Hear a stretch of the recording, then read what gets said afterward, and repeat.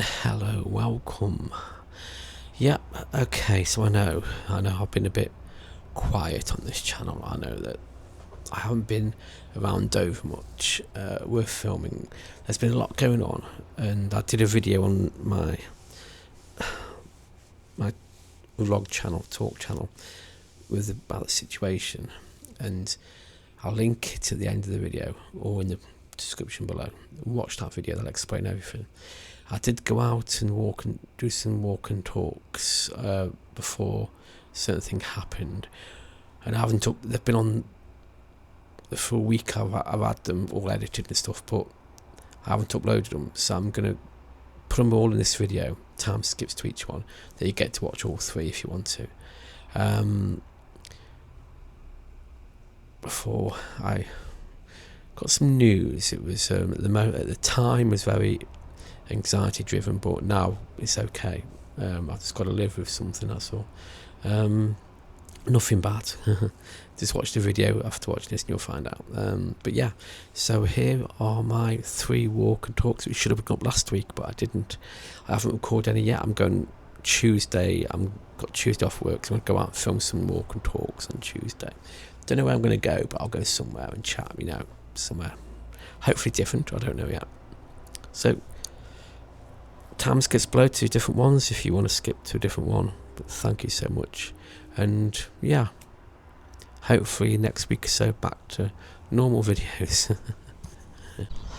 So here I am again. Another walk and talk.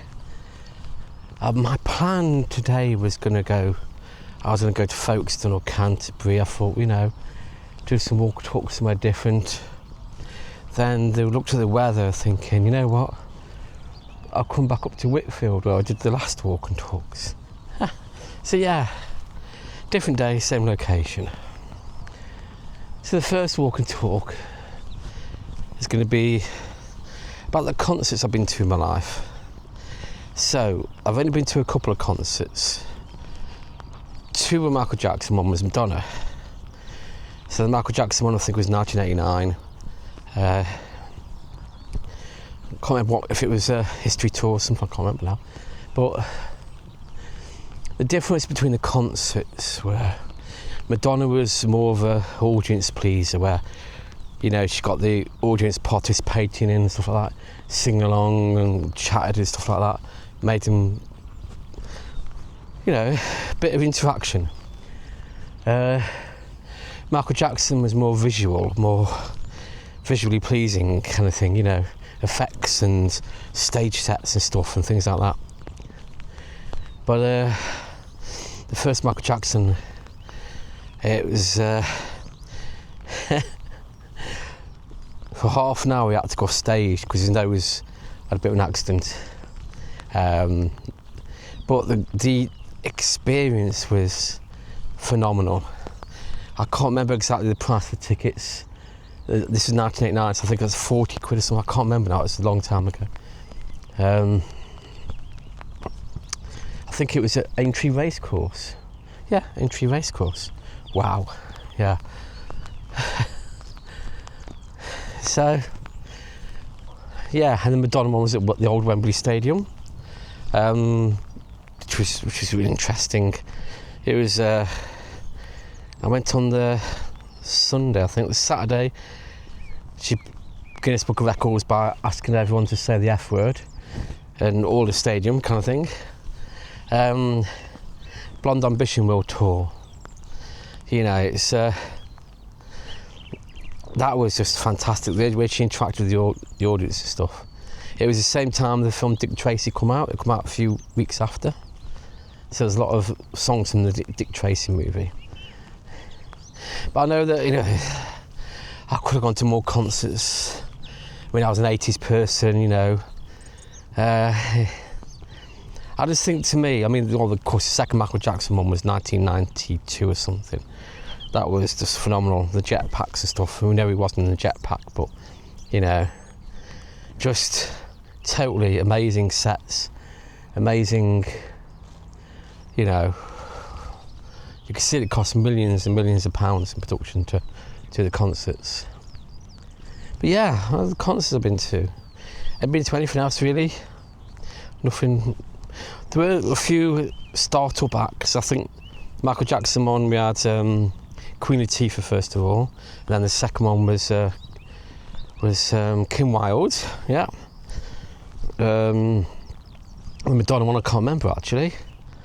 I can't remember the Madonna one was, I don't know. But yeah, experience. The only other thing I've experienced really is going to the live showing of Britain's Got Talent, you know, with David Walliams and, you know, all that kind of stuff, you know. That was, and Sam McCowell, of course, that was an experience I'll never forget, you know. That buzzer is a lot louder in real life than it is on TV. But between the sets and stuff, it was like 5 minutes between each act, or 5 or 10 minutes. Then we had this comedian come on, just like entertaining the audience, and Anton Deck and stuff like that doing their antics. But it got to the point where the comedian come on going, right, we want you all to clap and applaud, and then next minute just go boo, because they're going to use them cutscenes themselves in different acts. So what you see reaction is not normally what your real life action is, kind of thing. But that was quite an experience. That was a free ticket actually. I got a free ticket to that. My girlfriend at the time. An experience. Yeah. Don't know. What's your favourite concert you've been to? Have you been anywhere exciting? Have you seen anyone exciting? You know. Don't know. Anyway, that's about it really. I just want to talk about something different. That's all. You know, a bit of my past, a bit of things going on, kind of thing. So anyway, that's that. Comment below, let me know. Did you ever go to see Michael Jackson or Madonna in the 80s and early 90s? Anyway, yeah. Toodle pips. Welcome to yet another walk and talk. Not walk and chat. Again, I'm at Whitfield. The weather's crappy. I want to talk about Dover. I've been in Dover 17 years. And you know, when I was younger, I always used to laugh about Dover and Canterbury and stuff. Never ever thought I'd see the day when I actually moved here and lived here. You know, from Staffordshire to here is a long way. Yeah. My experiences in Dover are a different class of people. Southerners are a lot different than the West Midlands people. You know, a lot different. Bit different kind of culture, different ways of life, different way of doing things, you know.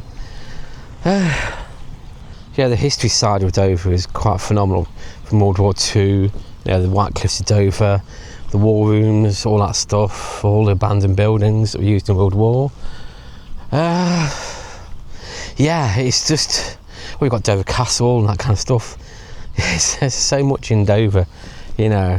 It's still impresses me now. I still love to go into places like that. I want to go to more when the weather gets a bit better as well. But I think the biggest thing to me is, apart from the history of course, is you're only a hop, skip and jump away from France, from another country. And you can see France on a nice clear day. And I've been across a few times. But I just think just the ease of use of leaving England for a few hours or kind of thing, you know, it's nice to be able to do that, you know. Yeah, I don't know, and living by the sea. Living by the sea is just, it's nice, more fresher air kind of thing, you know what I mean? More cleaner air, more visually pleasing, you know. And I do like Dover, you know. It wasn't my main choice to move here. It was life circumstances changed, so I had to move here, kind of thing, you know. We talked about in other videos, and it's so easy to get away from all the noise and hustle. There are bad things about Dover, you know, as you can read on TV and all that kind of stuff, you know. Yeah, but I just think the positives outweigh the good, the bad. The positives outweigh the negatives, you know. the moment they've spent the last 6 years or so rejuvenating, rebuilding places and making it look prettier, kind of thing. And I think they're succeeding, but it's just waiting for it to all be done. That's all. That's what the time consuming kind of thing, isn't it? You know what I mean? But yeah, I think Darren's got a lot of promise. If there was one place in the country I could move to, it would be, if I had transport and stuff, would be in the middle of nowhere, countryside, somewhere you can just, somewhere where I could go in the back garden and there's woods and I could film and I could just do that kind of vlogs and stuff, you know, vlog more in nature kind of thing, record in woodland areas, somewhere I'll be able to fly my drone without any problems, somewhere I could just live life peacefully on my own kind of thing. But I would have to have transport, because getting to places you'll need it, you know. I don't know whereabouts in the country, but I'd love to do something like that the last few years of my life, you know what I mean? Anyway, that's enough of this walk and talk. I shall leave you to it. I got one more to film, and then yeah, see what else happens. Welcome to the third of the day, the third of the week. Walk and chat, walk and talk, sorry. It's walk and talk, no, not walk and chat. I said that last week, talked about that last week, didn't I? I mentioned that last week while I'm not calling that anymore.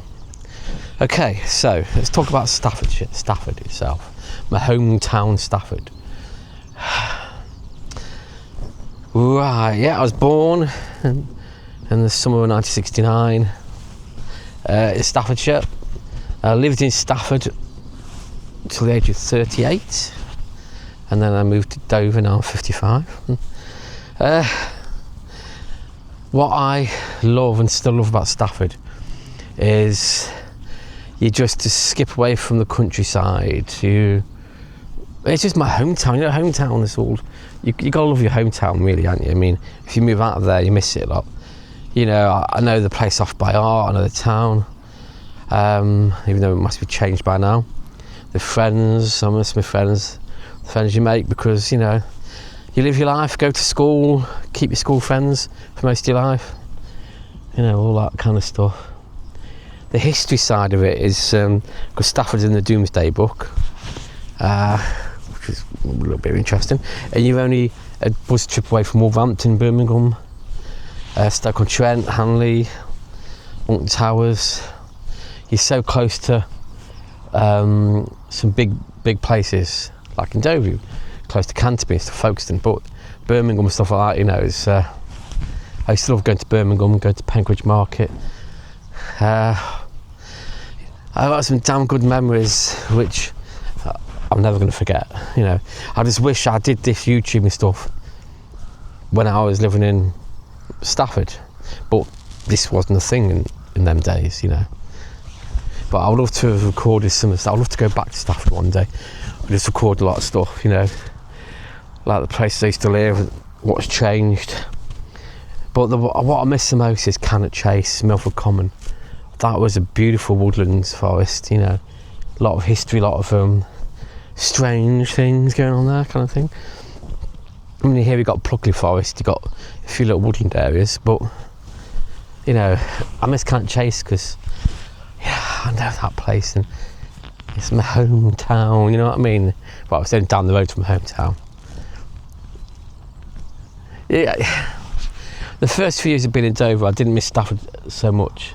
I did go back to visit a few years later, but it's been a long time since I've been back there and a lot's changed since then. I still in contact with some of my friends, you know, let me know what's going on. The one thing I miss the most is when I worked at Alton Towers, which I'm going to do a walk and talk about soon.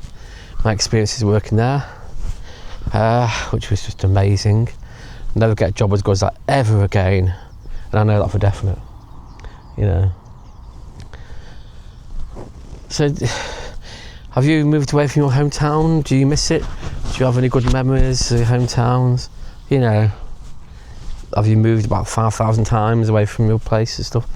I know we have to fly the coop and go different places through life, you know, and move on all the time, you know, spread your wings kind of thing. But sometimes you don't plan it, sometimes it happens, doesn't it?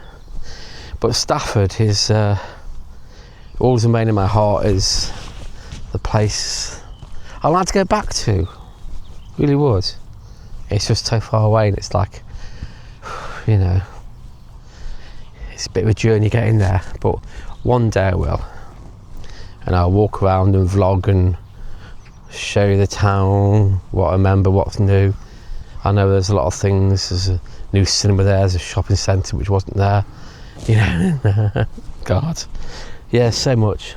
I do go on Google. Do you ever go on Google Earth or Maps and just go Street View and go to places you used to live and stuff like that? I do that now and again, especially around Stafford. Yeah. Anyway, that's enough of that. I know they've been the most impressive walk and talks this week, but I did have other plans to go different places to film these things, but sometimes it never works out like you want it to, does it? Anyway, that's it for this week. See what I could do for next time, and until then, keep walking, keep talking, and vlog what you can. Maybe give it a go. Maybe if you walk down somewhere in the middle of nowhere and just talk to your phone and just do a video talking about things, what's in your mind, it does help. Anyway, toodle pips.